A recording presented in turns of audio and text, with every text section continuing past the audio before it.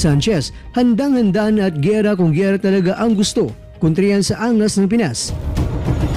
Sanchez, totoo nga bang tinatrabaho na nila ngayon ang kahinaan ni Casimero dahil sapul na raw ang kahinaan ni Casimero?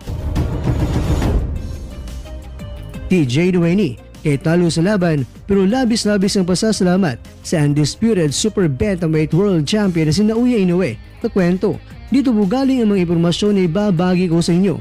Kaya tara, kwentuhan na!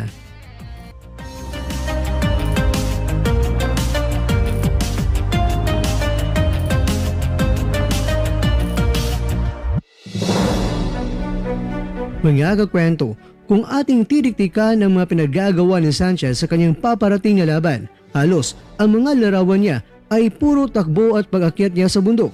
Dito pa lang ay bingo na natin itong si Sanchez kung nga ba ang kanyang diskarte na gagawin